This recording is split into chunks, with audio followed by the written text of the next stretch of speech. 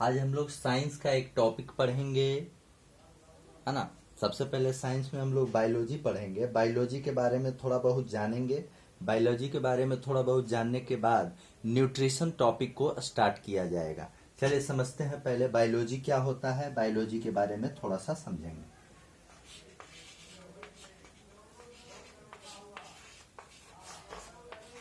देखिए, बायोलॉजी दो Greek word से मिलकर बना हुआ है। बायोलॉजी दो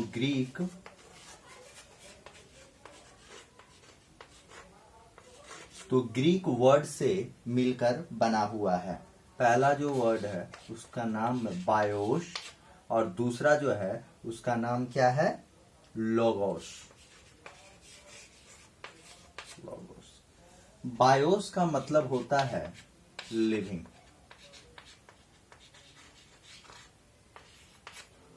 और लोगोस का मतलब होता है स्टडी। तो इसका मतलब हो गया कि स्टडी ऑफ लिविंग्स। देखिए समझिएगा, बायोलॉजी दो ग्रीक वर्ड से मिलकर बना हुआ है, बायोस और लोगोस। बायोस का मतलब होता है लिविंग और लोगोस का मतलब होता है स्टडी। तो इसका मतलब यह हुआ, बायोलॉजी का मीनिंग क्या हुआ। बायोलॉजी में हम लोग क्या पढ़ेंगे, स्टडी ऑफ लिविंग्स के बारे में पढ़ेंगे। किसके बारे में, लिविंग्स का अध्ययन करेंगे इसमें। ठीक है, चल देखिए लिविंग क्या हुआ। लिविंग किसको बोलते हैं, लिविंग जैसे हम कहते हैं ना कि लिविंग है, सजीव है। लिविंग का मतलब सजीव, तो सजीव किसको बोलेंगे, लिविंग किसको बोलेंगे। देखिए समझिएगा, जो पहला न्यूट्रिशन, जो न्यूट्रिशन लेता हो, मतलब जो खाता हो पीता हो, जो पोषक तत्व लेता हो, जो भोजन करता हो, है ना, उसको लिविंग बोलेंगे। दूसरी बात, जो ग्रोथ और डेवलपमेंट, जिसमें क्या होता हो, ग्रोथ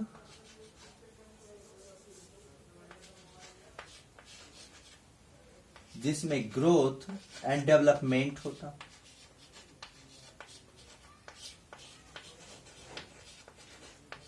जिसमें ग्रोथ और डेवलपमेंट होता हो। तीसरा, जिसमें मूवमेंट होता हो।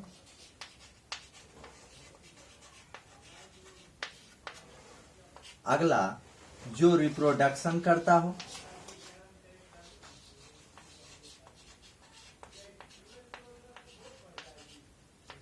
अगला, जो रिस्पायरेशन करता हो।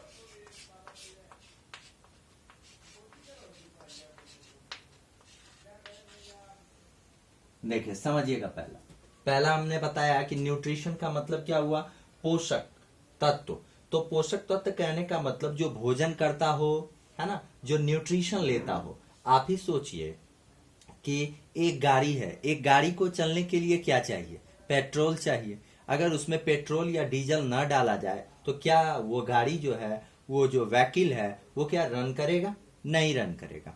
ठीक उसी प्रकार एक व्यक्ति को कार्य करने के लिए, एक व्यक्ति को अपने वर्क को करने के लिए उसे किसकी आवश्यकता होती है, न्यूट्रिशन की आवश्यकता होती है। क्योंकि न्यूट्रिशन क्या करता है, उसके बॉडी में फ्यूल का कार्य करता है, ईंधन का कार्य करता है ना।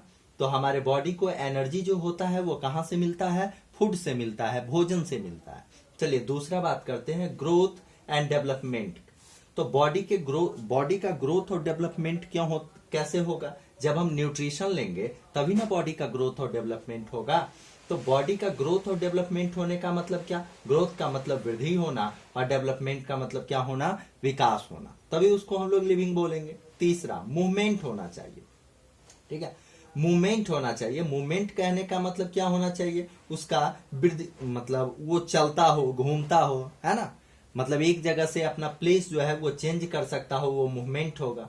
रिप्रोडक्शन, जो प्रजनन कर सकता हो। प्रजनन करने का मतलब यह, जो अपने जैसे संतान को बर्थ करता हो, या और भी, है ना, जो उसी के जैसा मतलब चाइल्ड बर्थ होता हो, वो रिप्रोडक्शन कहलाएगा। रिप्रोडक्शन टॉपिक में फिर चलेंगे तो विशेष चर्चा इसके बारे में करेंगे। अगला रिस्पायरेशन। रिस्पायरेशन का मतलब होता है श्वसन करना, ब्रीदिंग करना, सांस लेना, है ना। तो ये लिविंग्स का ये कैरेक्टर होता है। लिविंग्स में ये है तो वो लिविंग्स है। अगर ये सभी हो ही नहीं रहा है तो फिर वो लिविंग कैसे? अब आप ही बताइए, क्या एक टेबल रखा हुआ है, क्या वो टेबल जो है वो रिस्पायरेशन करता है? क्या वो श्वसन करता है? क्या वो ब्रीदिंग करता है? आप कभी देखे हैं क्या? वो टेबल को रख दिए और टेबल जो है, आप खाना खा रहे हैं टेबल पर बैठ मतलब रख कर, और टेबल कह रहा है भाई मुझे भी खाना चाहिए, ऐसा तो टेबल कहता नहीं है ना? क्योंकि वो क्या है? नॉन लिविंग है। जो ये सभी प्रक्रियाएं नहीं करता है वो नॉन लिविंग कहलाएगा, और जो ये सभी प्रक्रियाएं करता है वो लिविंग्स कहलाएगा। क्लियर है? चलिए इसको इरेज करते हैं। आप लोग इसको नोट डाउन करते चले जाएंगे, है ना? जैसे जैसे बताते जा रहे हैं उसको नोट डाउन करते चलेंगे। चलिए इरेज कर रहे हैं।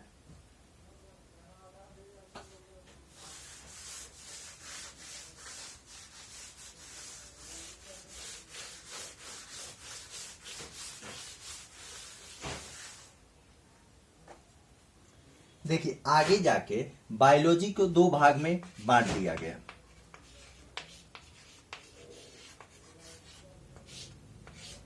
पहला जूलॉजी,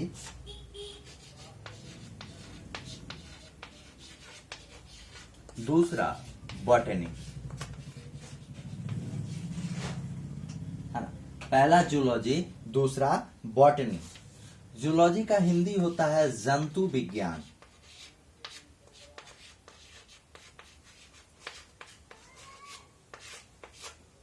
और इसका जो हिंदी होता है, बॉटनी का हिंदी जो होता है वो होता है पादप या वनस्पति विज्ञान। ठीक है? जूलॉजी का मतलब क्या होता है? जंतु विज्ञान होता है, और बॉटनी का मतलब क्या होता है? वनस्पति या पादप विज्ञान होता है। वाई है ये।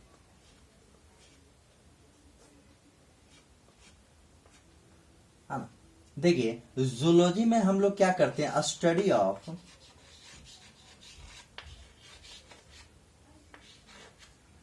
एनिमल्स। जूलॉजी में हम लोग एनिमल्स के बारे में स्टडी करते हैं, जंतु के बारे में हम लोग पढ़ते हैं। जबकि बॉटनी में हम लोग क्या पढ़ते हैं? स्टडी ऑफ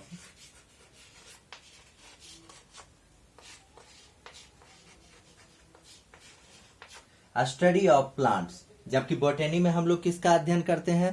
प्लांट्स के बारे में अध्ययन करते हैं। और जबकि जूलॉजी में हम लोग किसका अध्ययन करते हैं? एनिमल्स के बारे में अध्ययन करते हैं। मतलब जूलॉजी में हम लोग स्टडी ऑफ एनिमल्स, और बॉटनी मतलब स्टडी ऑफ प्लांट्स।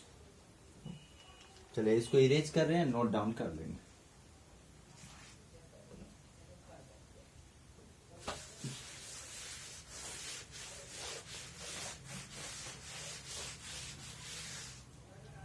चलिए आगे बढ़ते हैं। कुछ इसमें से लिखेंगे कि बायोलॉजी, फादर ऑफ बायोलॉजी कौन है, father of zoology, father of botany, है ना?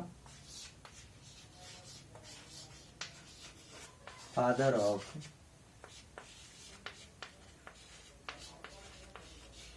Biology,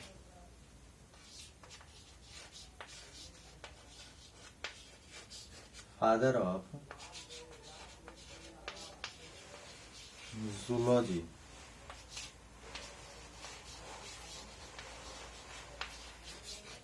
father of botany. अगर जूलॉजी के पिता की बात करें, फादर ऑफ बायोलॉजी, तो एरिस्टोटल होगा।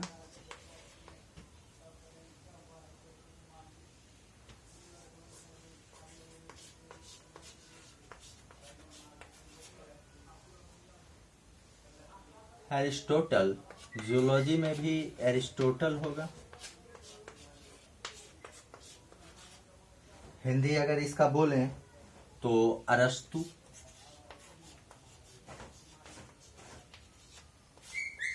सेम इसका भी वही।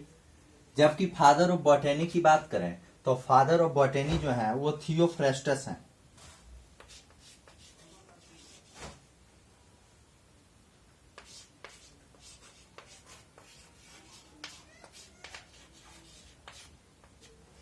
Father of botany Theophrastus. Theophrastus है। फादर ऑफ बॉटनी कौन है? थियोफ्रेस्टस। देखिए फिर से एक बार रिवाइज कर देते हैं। Father of biology Aristotle, father of zoology Aristotle, father of botany Theophrastus. Aristotle को हिंदी में हम लोग अरस्तु बोलते हैं, ठीक है।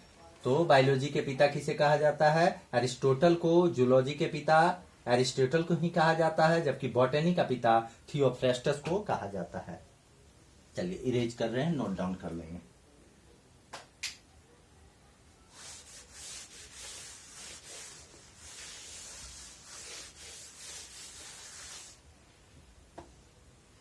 चलिए अब अपना टॉपिक स्टार्ट करते हैं। टॉपिक पहला जो टॉपिक स्टार्ट करेंगे अभी, वो टॉपिक स्टार्ट करेंगे न्यूट्रिशन।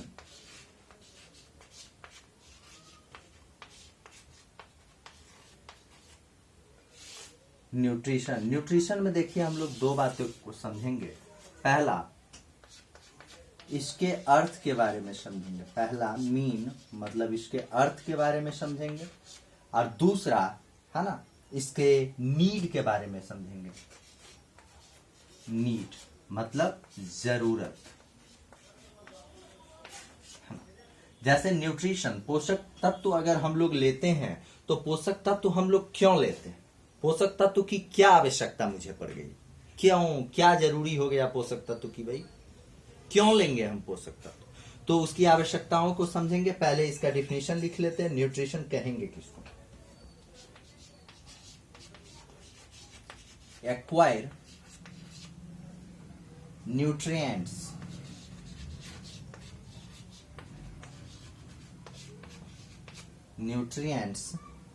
by foodstuffs.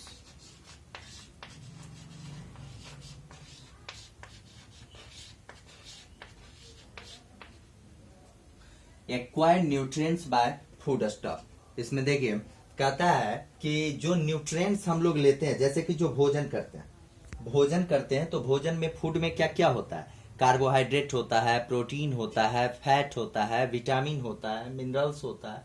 ये सभी जो प्रेजेंट होते हैं, ठीक है, और इसकी जो आवश्यकता हम लोगों के बॉडी में जो होती है वही न्यूट्रिशन कहलाता है। तो यहाँ पे इसकी आवश्यकता तो हम लोग यहाँ पे समझ रहे हैं, लेकिन नीड इसकी देखते हैं, है ना। इसकी मतलब जरूरत क्या होगी, इसकी आवश्यकता सॉरी क्या होगी, है ना। तो पहला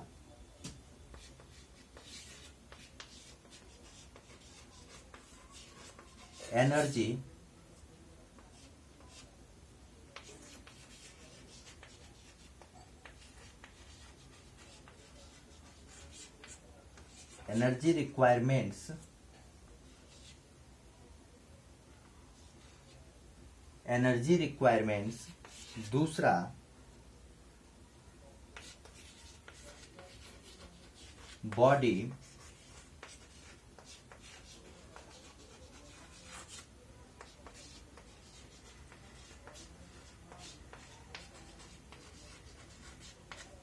body growth and development, and third daily routine activity.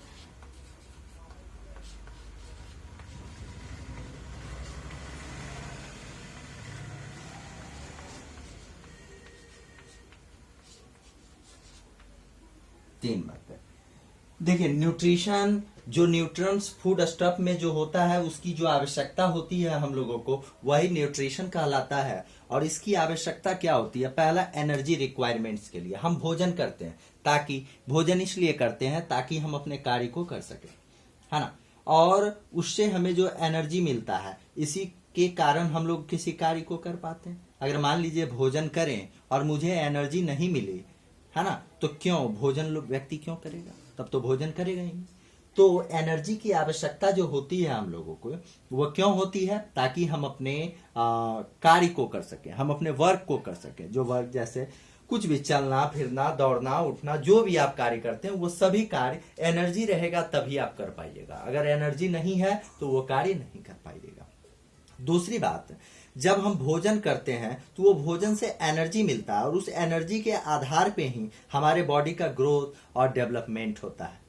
तीसरी बात है डेली रूटीन एक्टिविटी। आप सोच के देखिए कि अगर 1-2 दिन भी या 2 से 5 दिन अगर आप डेली रूटीन एक्टिविटी जो आपका है, जैसे कि आप भोजन कर रहे थे और भोजन करने आज मान लीजिए आपका एक रूटीन बना हुआ है कि आप सुबह ब्रेकफास्ट लेते हैं, फिर दोपहर में खाना खाते हैं, है ना, फिर रात में खाना खाते हैं, तो ये खाना खा रहे हैं। अब एक समय क्या आया कि मान लीजिए आपका शेड्यूल बहुत ज्यादा बिजी हो गया और आप दिन में एक बार खाना खा रहे हैं, वो भी खाए तो खाए, नहीं तो रात में खाना खा रहे हैं। इससे क्या हुआ, आपको हैरेसमेंट होना शुरू हुआ और हैरेसमेंट के बाद क्या हुआ, आपको जितनी एनर्जी की आवश्यकता थी वो एनर्जी आपको मिल नहीं पा रहा। इसके कारण क्या होगा, आपका डेली रूटीन एक्टिविटी जो सुबह उठे, मॉर्निंग में उठे, चलिए ऑफिस निकले या किसी कार्य के लिए गए, वो कार्य आप सही ढंग से कर नहीं पाइएगा। मतलब आपका डेली रूटीन एक्टिविटी जो होगा वो गड़बड़ हो जाएगा। मतलब आप जो चाहिएगा, जो आप करना चाह रहे हैं वो कर नहीं पाइएगा। आप सोचिएगा कि चलो उठ के कुछ कर लेते हैं, आप उठ नहीं पाइएगा, है ना, क्योंकि फिर लेजीपन जो होता है ना, आलसीपन, वो बहुत ज्यादा बढ़ जाएगा, फिर आप कर नहीं पाइएगा। तो हमारे बॉडी में एनर्जी की आवश्यकता जो होती है ना, तो वो जरूरी है। एनर्जी मतलब इसकी न्यूट्रिशन की आवश्यकता क्यों होती है, एनर्जी रिक्वायरमेंट्स के लिए, बॉडी ग्रोथ एंड डेवलपमेंट के लिए, तीसरी बातें डेली रूटीन एक्टिविटी के लिए, इन तीनों के लिए बहुत ही आवश्यक है। चलिए इसको समझ गए होंगे, इरेज करते हैं, इसको नोट डाउन जरूर करेंगे।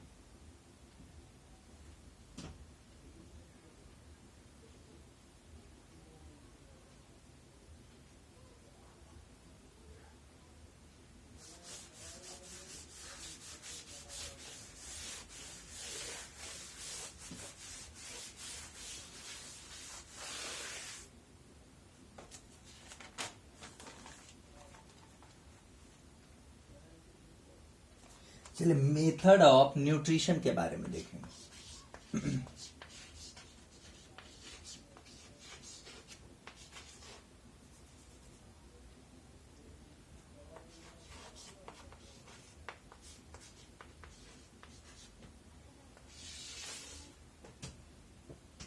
मेथड ऑफ न्यूट्रिशन के बारे में देखेंगे तो मेथड ऑफ न्यूट्रिशन जो आपका होगा, दो होता है।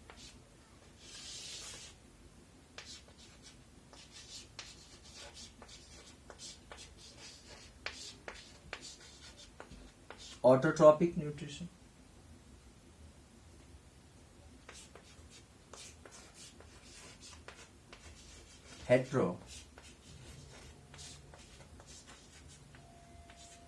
Heterotrophic nutrition. देखिए अगर ऑटोट्रॉपिक न्यूट्रिशन की बात करें तो इसका हिंदी होता है स्वपोषी, और अगर इसकी बात करें तो इसका हिंदी होता है परपोषी। ठीक।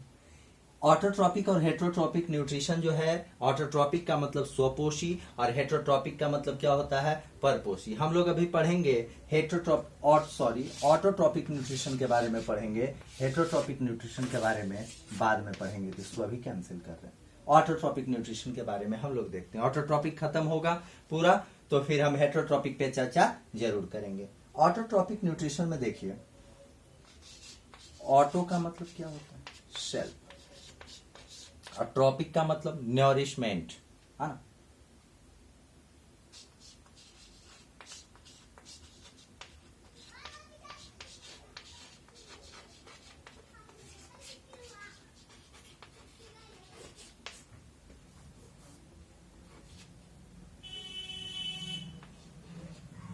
सेल्फ नरिशमेंट होता है ऑटोट्रॉपिक का मतलब यह हुआ कि who prepare their food,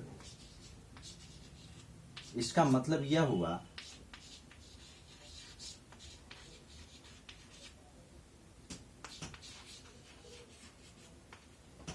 who prepare their food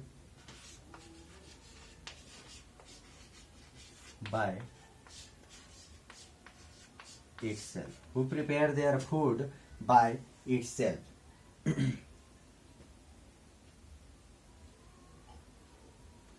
who prepare their food by itself, या इसको सॉरी फूड बाय सेल्फ कर लीजिए, फूड बाय सेल्फ। इसको नोट डाउन करेंगे, इरेज करते हैं, आगे बढ़ेंगे।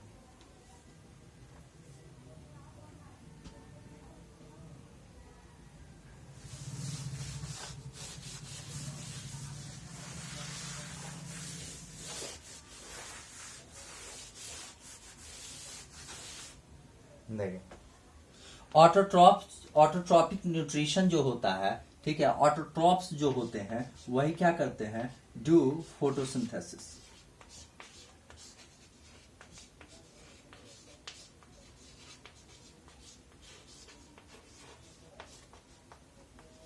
मतलब वो फोटोसिंथेसिस करते हैं, प्रकाश संश्लेषण करते हैं। फोटोसिंथेसिस का हिंदी होता है प्रकाश संश्लेषण। फोटोसिंथेसिस कहते किसको है? ये फोटोसिंथेसिस हुआ क्या? The process in which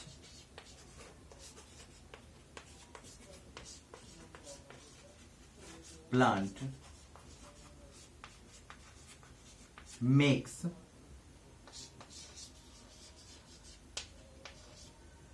their own food। आगे चर्चा करेंगे ये किसके प्रेजेंस में फोटोसिंथेसिस करता है। अभी सिंपल ऐसे समझिए कि फोटोसिंथेसिस उसको बोलते हैं जो क्या करता है, प्लांट जो होता है अपना फूड प्रिपेयर करता है, और क्या करता है, ऑन फूड, अपना भोजन प्रिपेयर करता है और स्वयं प्रिपेयर करता है। इसलिए इसको हम लोग क्या बोलते हैं, फोटोसिंथेसिस बोलते हैं। ये फोटोसिंथेसिस किस में होता है? प्लांट्स में होता है। फोटोसिंथेसिस प्लांट्स में होता है। प्लांट्स में ये फोटोसिंथेसिस कहाँ होता है? लीफ में होता है। ठीक है, कहाँ होता है? लीफ में। लीफ का जो ग्रीन कलर होता है, आप पढ़े होंगे, green colour pigment is called chlorophyll. Green colour pigment is called green colour pigment is called chlorophyll. इस क्लोरोफिल को प्लांट्स में, इस क्लोरोफिल को खोजने वाला जो व्यक्ति था, ठीक है, खोजने वाले जो व्यक्ति थे उसका नाम था शिम्पर। उसका नाम क्या था? शिम्पर। ये खोजने वाले व्यक्ति थे। ठीक है, और क्लोरोफिल का जो कलर ग्रीन होता है, ग्रीन कलर पिगमेंट को जो क्लोरोफिल बोलते हैं, इसमें कौन सा एलिमेंट प्रेजेंट होता है? इसमें प्रेजेंट होता है मैग्नीशियम। मतलब समझिएगा, इसी मैग्नीशियम के कारण क्या होता है कि क्लोरोफिल जो होता है वो ग्रीन कलर ग्रीन कलर का पिगमेंट होता है। और ये क्लोरोफिल, भोजन कहाँ बनता है हम लोग को? भोजन कहाँ बनता है प्लांट्स का? तो लीफ में बनता है। भोजन कहाँ बनता है प्लांट्स का? तो लीफ में बनता है। ठीक है, और ग्रीन कलर पिगमेंट जो होता है उसको हम लोग क्लोरोफिल कहते हैं। और ये क्लोरोफिल जो होता है इसको खोजने वाला कौन था? सिंपल। क्लोरोफिल का कलर ग्रीन किसके कारण होता है? किस एलिमेंट के कारण? मैग्नीशियम के कारण होता है। किसके कारण? मैग्नीशियम के कारण होता है। चलिए इसको इरेज करते हैं और थोड़ा आगे बढ़ते हैं, लिख लेंगे।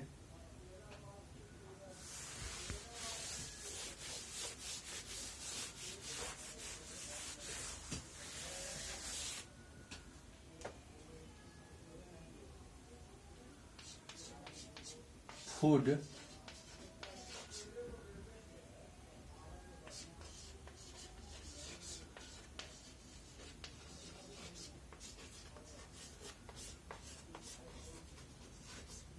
prepared by plant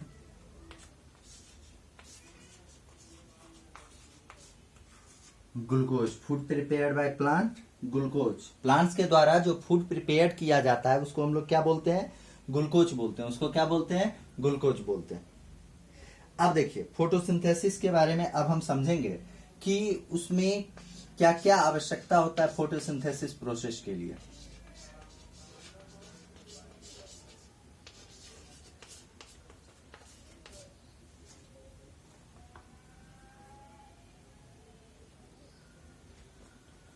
फोटोसिंथेसिस के लिए नहीं, पहला CO2, पहला CO2, दूसरा water and minerals,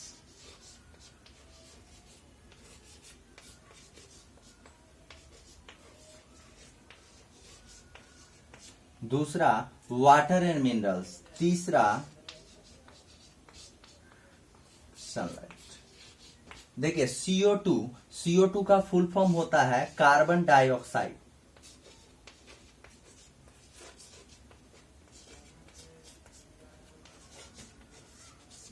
carbon dioxide, CO2 का फुल फॉर्म क्या होता है? Carbon dioxide. देखिए फोटोसिंथेसिस के प्रोसेस के दौरान इन तीनों का बहुत ही इंपॉर्टेंट रोल होता है। ठीक है, CO2 जिसे हम लोग कार्बन डाइऑक्साइड बोलते हैं, वाटर एंड मिनरल्स, और तीसरा सनलाइट। ठीक है। जब प्लांट्स फोटोसिंथेसिस का प्रोसेस करते हैं तो उस फोटोसिंथेसिस के प्रोसेस में इन तीनों की आवश्यकता होती है, इन तीनों की नेसेसिटी होती है। नोट डाउन करेंगे। अब एक एक करके चर्चा करते हैं CO2, वाटर एंड मिनरल्स और सनलाइट का। चलिए इसको इरेज करते हैं।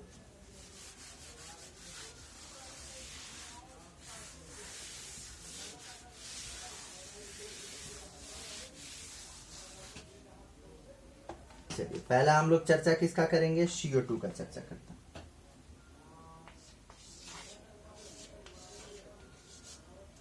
CO2 मतलब कार्बन डाइऑक्साइड। पहला किसका चर्चा करेंगे? Carbon dioxide. चलिए इसमें से कुछ गैसेस देखते हैं।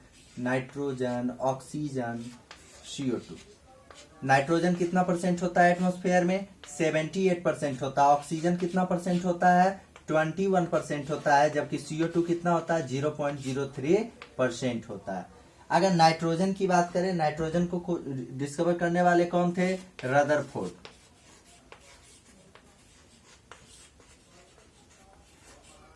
जबकि ऑक्सीजन को प्रिस्टली।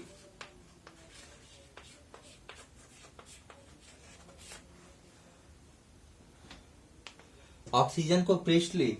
चलिए तो आगे थोड़ा देखते हैं कि कार्बन डाइऑक्साइड का यूज क्या है। It is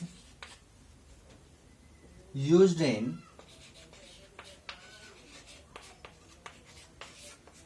fire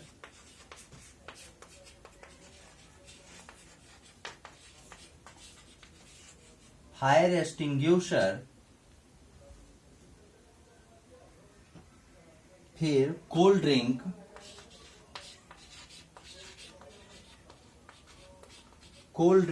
and soda water, है ना। CO2 किस में प्रेजेंट होता है? तो CO2 फायर एक्सटिंग्विशर में प्रेजेंट होता है, कोल्ड ड्रिंक में प्रेजेंट होता है, सोडा वाटर में प्रेजेंट होता है। इसलिए कह सकते हैं it is used in fire extinguisher, cold drinks and soda water. Nitrogen कितना परसेंट होता है एटमॉस्फेयर में? 78%। ऑक्सीजन कितना परसेंट? 21%। CO2 कितना परसेंट? 0.03%। CO2 कितना परसेंट होता है? 0.03%, है ना। चलिए इसको इरेज करते हैं, आगे बढ़ते हैं। इसको नोट डाउन कर लेंगे, इरेज कर लेंगे।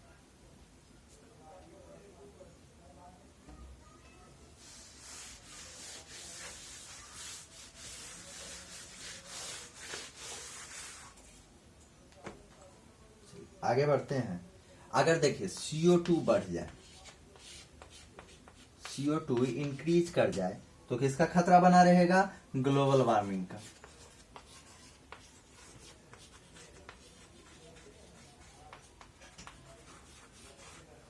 देखिए ग्लोबल वार्मिंग, CO2 बढ़ने से क्या होता है? टेम्परेचर राइज कर जाता है। टेम्परेचर राइज करने के कारण, इंक्रीज करने के कारण ग्लोबल वार्मिंग आता है ना।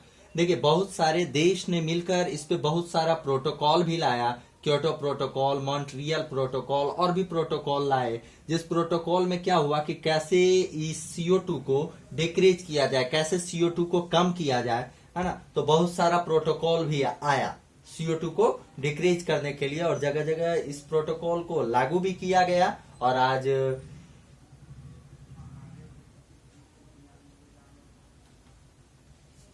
इसको समझिए कि इसको कम करने के लिए जितनी सावधानी बरती जानी चाहिए, कुछ कुछ देश इस सावधानी को बरत रहे हैं, है ना।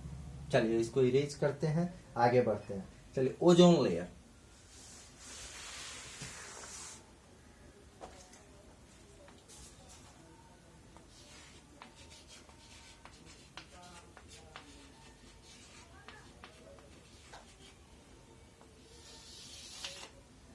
देखिए ओजोन लेयर के बारे में बात करें तो ओजोन लेयर कौन से स्फीयर में है? Stratosphere,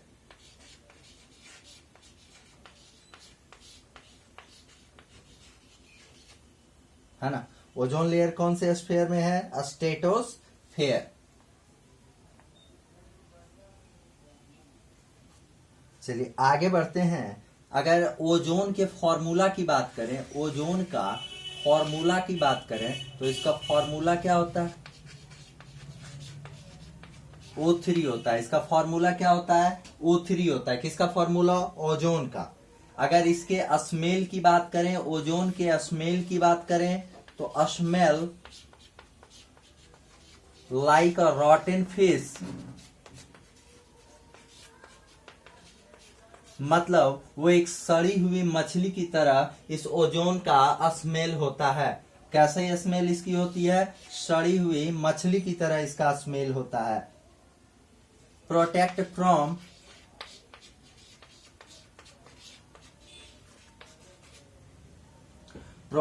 from UV rays. UV rays का मतलब ultra violet rays. Ultra violet rays का हिंदी होता है पराबैंगनी किरण। Protect from UV rays and skin cancer, और स्किन कैंसर से भी क्या करता है? बचाता है। स्किन कैंसर से भी बचाता है ना। ओजोन लेयर जो है वो यूवी रेज मतलब सन के द्वारा जो पराबैंगनी किरण आती है, जो अल्ट्रावायलेट रेज आता है, ठीक है, उससे प्रोटेक्ट करता है। और देखिए जब अल्ट्रावायलेट रेज अर्थ तक पहुंचेगा और ओजोन उसे प्रोटेक्ट नहीं करेगा तो व्यक्ति जो है वो स्किन कैंसर का भी शिकार हो सकते हैं। इसलिए ये ओजोन लेयर हम लोग को प्रोटेक्ट करता है स्किन कैंसर से, यूवी रेज से। ठीक है, चलिए आगे बढ़ते हैं। देखिए ओजोन लेयर के डिप्लेशन में अगर बात करें कि ओजोन लेयर को क्षति कौन सा गैसेस पहुंचाता है, तो इसके डिप्लेशन में सीएफसी गैस होता है, सबसे इंपॉर्टेंट रोल प्ले करता है ओजोन के डिप्लेशन में। सीएफसी का फुल फॉर्म क्या होता है? क्लोरोफ्लोरोकार्बन।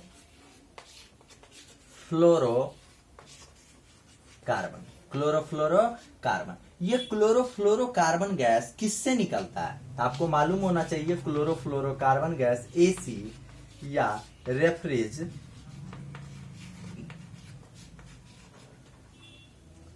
रेफ्रिजरेटर है ना,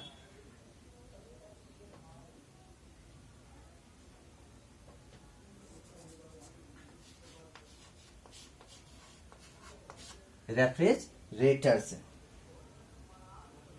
अगर ओजोन के विड्थ की बात करें, width of ozone is measured in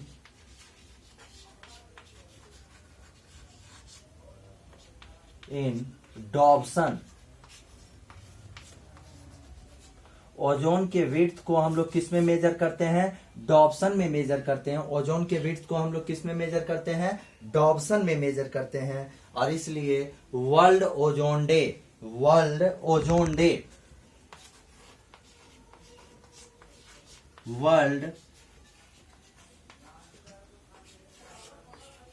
world ozone day कब मनाया जाता है? 16 सितंबर को मनाया जाता है। 16 सितंबर को मनाया जाता है। वर्ल्ड ओजोन डे कब मनाया जाता है? 16 सितंबर को मनाया जाता है। ठीक है, एक बार और चर्चा कर देते हैं, आप लोग ध्यान से सुन लीजिएगा, है ना। कहता है देखिए ओजोन लेयर, ओजोन लेयर कौन से लेयर में पाया जाता है? तो ओजोन लेयर जो है कौन से स्फीयर में पाया जाएगा? स्ट्रेटोस्फीयर में पाया जाएगा। अगर ओजोन के फॉर्मूला की बात करें, फॉर्मूले की, तो फॉर्मूला इसका क्या होता है? O3 होता है। अगर ओजोन के स्मेल की बात करें तो इसका स्मेल कैसा होता है? रॉटन फिश की तरह होता है, मतलब सड़ी हुई मछली की तरह होता है। ओजोन लेयर हमें प्रोटेक्ट करता है यूवी रेज से। यूवी का मतलब होता है ultra violet rays. Ultra violet rays का हिंदी होता है पराबैंगनी किरण। और साथ ही साथ यह स्किन कैंसर से भी हम लोगों को क्या करता है? प्रोटेक्ट करता है। अगर ओजोन लेयर के डिप्लेशन की बात करें, सबसे ज्यादा यह डिप्लेशन अगर करता है, क्षति पहुंचाता है, तो वो सीएफसी गैस जो है क्या करता है? ओजोन लेयर को डिप्लेशन करता है। तो सीएफसी का फुल फॉर्म क्या होता है? क्लोरोफ्लोरोकार्बन। और क्लोरोफ्लोरोकार्बन जो है वो किससे निकलता है? ये गैसेस किससे निकलता है? तो एसी से निकलता है, एयर कंडीशनर से निकलता है, रेफ्रिजरेटर से निकलता है। अगर ओजोन लेयर के विड्थ की बात करें तो इसकी चौड़ाई जो है, विड्थ का मतलब चौड़ाई होता है, इसकी चौड़ाई मेजर की जाती है डॉप्सन में। इसकी चौड़ाई किस में मेजर की जाती है? डॉप्सन में मेजर की जाती है। अगर बात करते हैं वर्ल्ड ओजोन डे कब मनाया जाता, तो वर्ल्ड ओजोन डे 16 सितंबर को मनाया जाता। वर्ल्ड ओजोन डे कब मनाया जाता? 16 सितंबर को मनाया जाता। चलिए आज के लिए इतना ही, नेक्स्ट डे फिर इससे आगे देखा जाएगा।